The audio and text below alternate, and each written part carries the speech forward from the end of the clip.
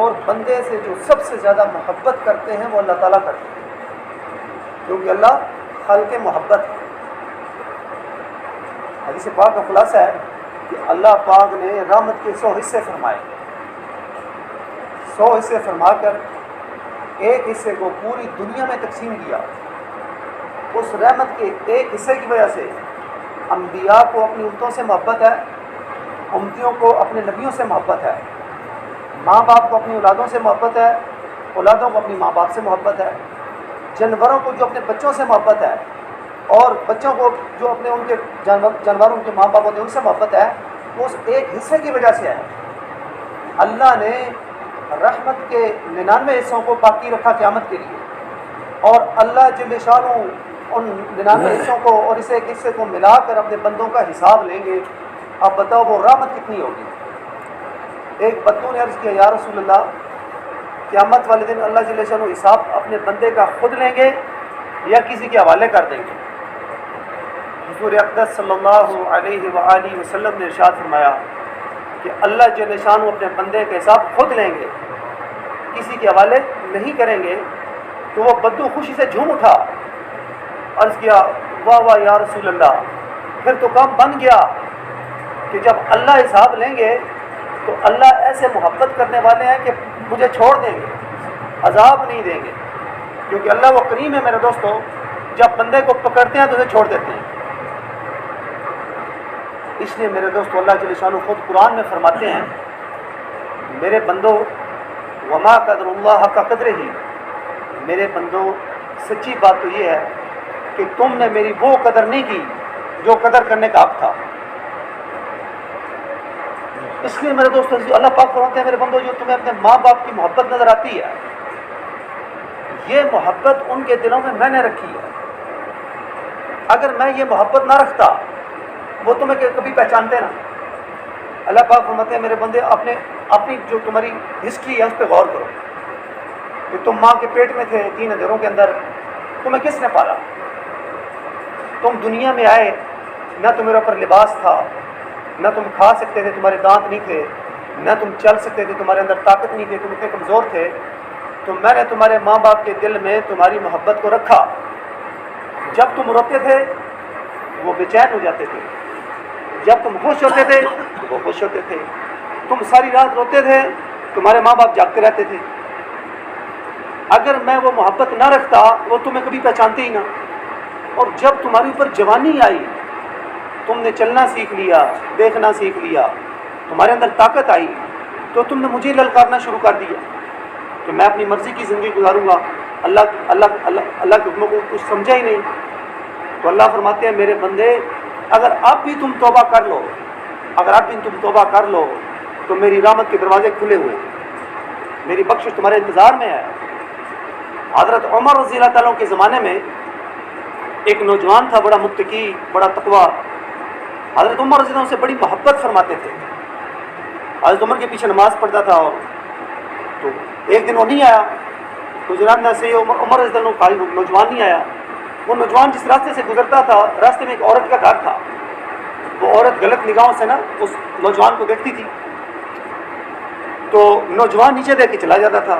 ایک دن اس عورت نے اس نوجوان کو بہانے سے روک لیا کہ میرے گھر میں کوئی مریض ہے، اس کو اندر چارپائی پہ لٹانا ہے۔ اب غلط نیت سے اس نوجوان کو بلایا، جب وہ کمرے میں داخل ہونے لگا تو اسے اللہ کا خوف آ گیا، اللہ کا دھیان آ گیا کہ میرا اللہ تو مجھے دیکھ رہا ہے، بے ہوش ہو گیا۔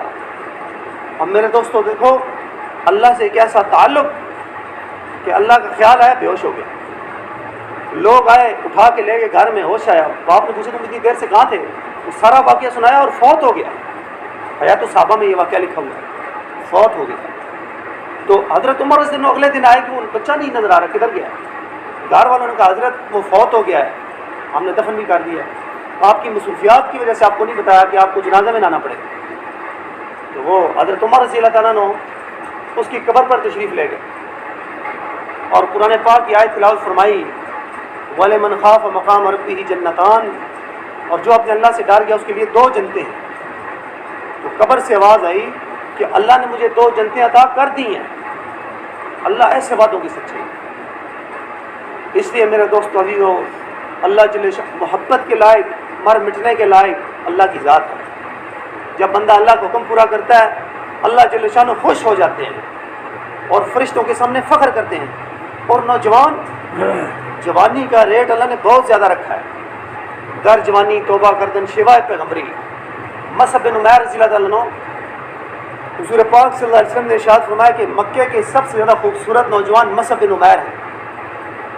200 درہم کا سوٹ پہنتے تھے، جو سوٹ ایک دن پہنا ہے دوبارہ زندگی میں وہ سوٹ نہیں پہنا۔ مکے کی جس گلی سے گزرتے تھے تو گلیوں سے خوشبو آتی تھی کہ مصعب بن عمیر گزرے ہیں۔ اور کیسی شاہانہ زندگی اور کیسی خوبصورتی۔ لیکن جب اسلام قبول کیا تو 70 چھپانے کے لیے کپڑا بھی نہیں۔ لیکن ایمان اتنا مضبوط ہے، اتنا دل میں گھر کر گیا ہے کہ ان مشقتوں کے اندر ان عیاشیوں سے زیادہ مزہ آ رہا ہے۔ گردن کٹانے کو تیار ہیں لیکن ایمان اور اسلام چھوڑنے کو تیار نہیں۔ بہت کی لڑائی میں آپ نے جھنڈا ان کو دیا، شکل آپ سے ملتی تھی، تو صبح کوئی شہید ہو گئے۔ پہلے دونوں ہاتھ کٹے، جھنڈے کو سینے سے لگایا، پھر شہید ہو گئے۔ تو کافر نے، ابن کمیہ کافر تھا، اس نے کہا نعوذ باللہ صلی اللہ علیہ وسلم شہید ہو گئے۔ تو پھر صحابہ کو پتہ چلا کہ مصعب بن عمیر شہید ہو گئے۔ اب جب کفن کی باری ہے تو میت کو چھپانے کے لیے کفن بھی نہیں۔ آپ صلی اللہ علیہ وسلم فرمایا اس کو پتھر ڈال دو، اور دفن کیا گیا۔ جوانیاں قربان کی اللہ کے لیے اور ایمان کے لیے، نام ہمیشہ کے لیے زندہ ہو گئے۔ اس لیے میرے دوستو، جو اللہ کے لیے قربان ہوتا ہے وہ ہمیشہ کے لیے زندہ ہو جاتا ہے۔ بندے کی زندگی کا بہترین مصرف وہ دعوت و تبلیغ کی مبارک محنت ہے۔ تبلیغ میرے دوستو، اس امت کو سب سے پہلے یہ کام ملا ہے تبلیغ کا۔ حضور اقدس صلی اللہ علیہ وسلم دنیا میں تشریف لائے، آپ صلی اللہ علیہ وسلم کو سب سے زیادہ سخت زمین ملی مکے کی۔ جتنی مکے کے اندر سختی تھی، پوری دنیا میں اتنی سخت زمین کوئی تھی ہی نہیں جہاں پہ آپ صلی اللہ علیہ وسلم تشریف لائے۔ اور آپ صلی اللہ علیہ وسلم جب تبلیغ شروع کی، اب وہ جہاں پہ کوئی حکومت نہیں کرنا چاہ رہا پوری دنیا کے رہنما بن گئے۔ صہیب رومی نے مکہ فتح ہو گیا تو مکے کے سردار حکیم بن حزام رضی اللہ عنہ، ابو سفیان رضی اللہ تعالیٰ عنہ، حضرت اکرمہ رضی اللہ عنہ، یہ آئے حضرت عمر سے ملنے کے لیے۔ سہیل بن عمر رضی اللہ عنہ، تو حضرت عمر نے کہا ان کو باہر انتظار کرواؤ۔ حضرت بلال آئے تو حضرت عمر استقبال کے لیے کھڑے ہو گئے۔ فرمایا سیدنا بلال آ گئے، سیدنا بلال آ گئے۔ تو سرداروں نے کہا کہ بغاوت، کسی سردار نے کہا بغاوت کرتے ہیں۔ تو حکیم بن نظام رضی اللہ تعالیٰ نے کہا کہ بغاوت نہ کرو، آپ صلی اللہ علیہ وسلم نے ایمان کی اور اسلام کی سب کو دعوت دی، حضرت بلال نے اس پہ پہل کی، اب یہ ہم سے آگے ہی رہ گئے۔ تو حضرت عمر نے ملاقات کو موقع دیا، فرمایا کہ ہمیں کوئی ایسا طریقہ بتا دیں کہ ہم قیامت والے دن حضرت بلال سے مل جائیں۔ فرمایا کہ بال جان وقت لے کے نکل جاؤ اور کبھی مڑ کے واپس نہ آنا، قیامت والے دن ان کے ساتھ حشر ہو جائے گا۔ تو اکرمہ رضی اللہ عنہ اللہ کے راستے میں نکلے۔ اب اکرمہ رضی اللہ عنہ وہ صحابی ہیں، ابو جہل کے بیٹے ہیں، جس نے آپ سے کوئی تکلیفیں دی جس کو انتہا نہیں۔ کشتی میں جا رہے ہیں، مکہ فتح ہوا، مکہ چھوڑ کے بھاگ گئے۔ تو جب کشتی میں بیٹھے تو کشتی ڈاواڈول ہو گئی، جھٹکے کھانے لگی۔ تو ملا کو کہتے ہیں کہ کوئی بچاؤ کی صورت ہے۔ آپ صلی اللہ علیہ وسلم کے زمانے میں تبلیغ میرے دوست اتنی عام تھی کہ جگہ جگہ تبلیغ ہوتی تھی، جگہ جگہ اسلام کی دعوت، جگہ جگہ ایمان کی دعوت۔ تو کشتی والے نے کہا کہ بچاؤ کی ایک ہی صورت ہے کہ آپ لا الہ الا اللہ پڑھ لیں۔ فرمایا کہ پوری زندگی تو میں نے اسی کلمے کا مقابلہ کیا۔ فرمایا بچنے کی اور کوئی صورت نہیں جب تک آپ کلمہ نہیں پڑھیں گے۔ کلمہ پڑھا اور ایک کشتی والے کی دعوت پہ مسلمان ہوئے۔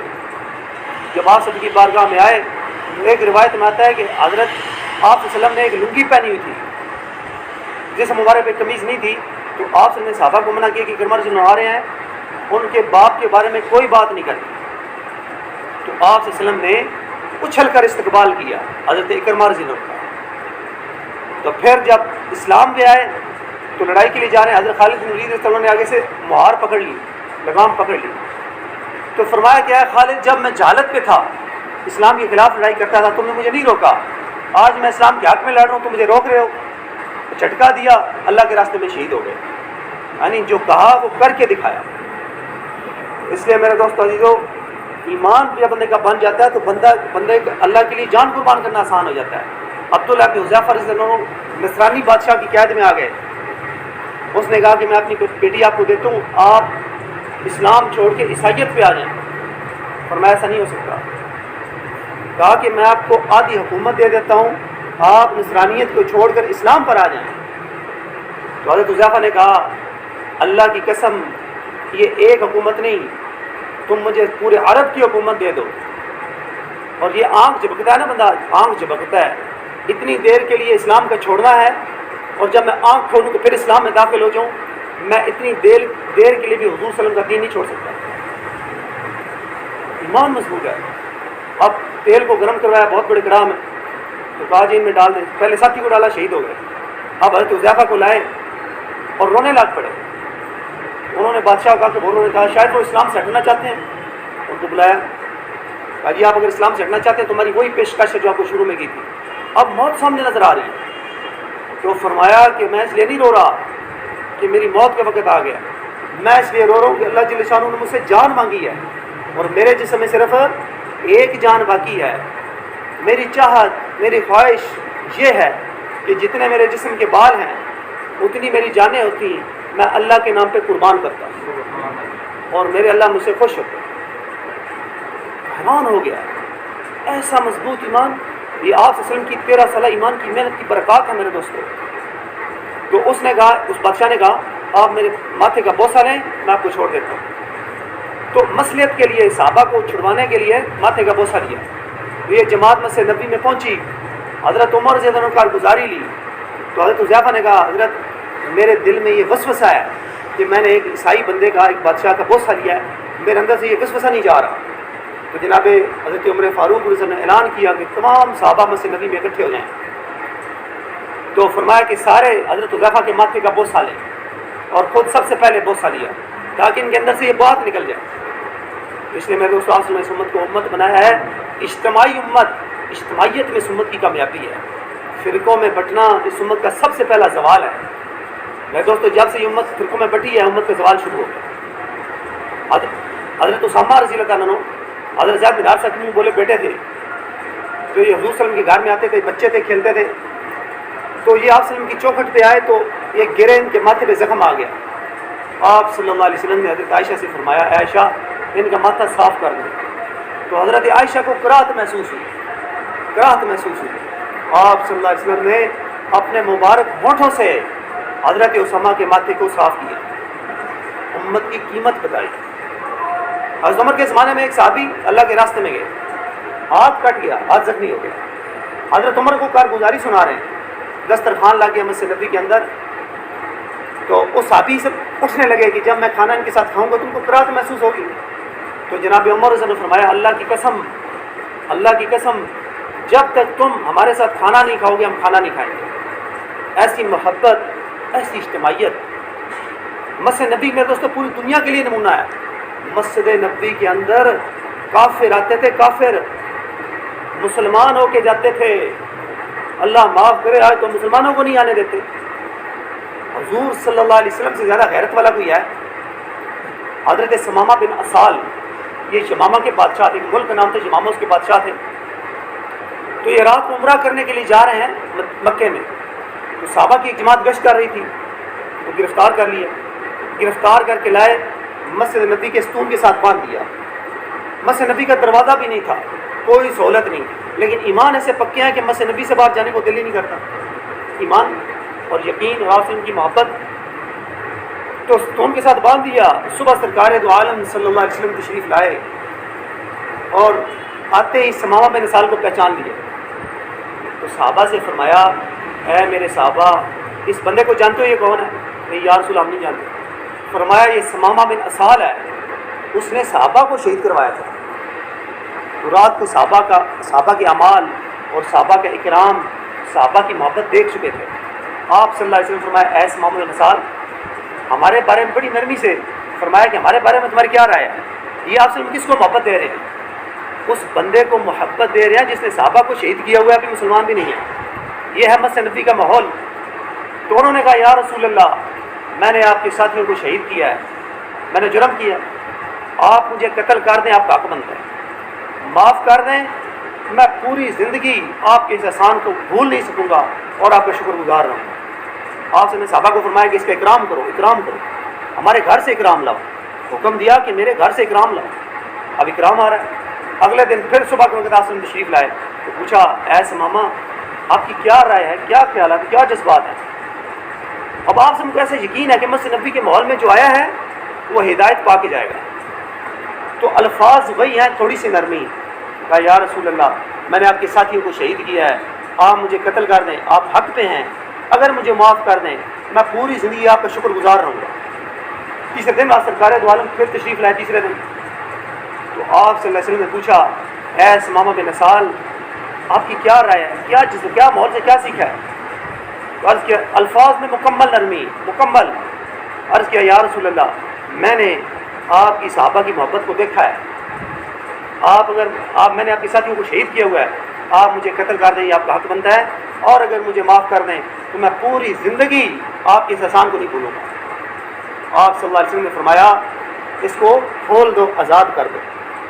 کھول دیا تو ایسے سمجھدار آدمی تھے, جنت البقیع میں گئے, وہاں پہ کنواں تھا, وہاں سے غسل کیا اور مسجد نبی میں آ کے کلمہ شہادت پڑھ لی, مسلمان ہو گئے. تو یا رسول اللہ آپ کی محبت میرے اندر اتر گئی. پھر آپ نے فرمایا اب آپ جا رہے ہیں مکے میں تو عمرہ اسلام کے طریقے پہ کرنا ہے. پہلے تو جاہلیت کے طریقے پہ کرتے تھے, اب آپ نے فرمایا طریقہ بتایا کہ عمرہ کرنا ہے اسلام کے طریقے پہ. یہ پہلے بندے ہیں جنہوں نے عمرہ کیا ہے, بعد میں شہید ہو گئے. تو مسجد نبی کے اندر میرے دوستو یہ ماحول تھا کہ جو بھی آیا ہے وہ حضور کی محبت میں مسلمان ہو کے گیا ہے. 9 ہجری تک مسجد نبی میں اندھیرا ہوتا تھا, کوئی روشنی نہیں, کوئی کچھ نہیں. اور آپ صلی اللہ علیہ وسلم کا جو گھر تھا وہ مسجد نبی کے بالکل قریب تھا. ہر وقت سرکار دو عالم مسجد میں تشریف فرما ہوتے تھے. صحابہ کا مجمع لگا ہوا ہے, سیکھنے سکھانے کا عمل ہو رہا ہے, مہمان آ رہے ہیں, سنبھال رہے ہیں. جو مہمان آتے تھے مسجد نبی میں شام کو آپ صلی اللہ علیہ وسلم سب کے ذمہ لگاتے تھے, 2-2, 4-4, 5-5, 6-6, 10-10, 20-20 کے ذمہ لگا دیتے تھے. سب سے زیادہ جو مہمان نوازی کرتے تھے وہ سعد بن عبادہ رضی اللہ تعالیٰ عنہ. 70 سے 80 مہمان اپنے گھر میں روزانہ لے کے جاتے تھے حضرت سعد رضی اللہ عنہ.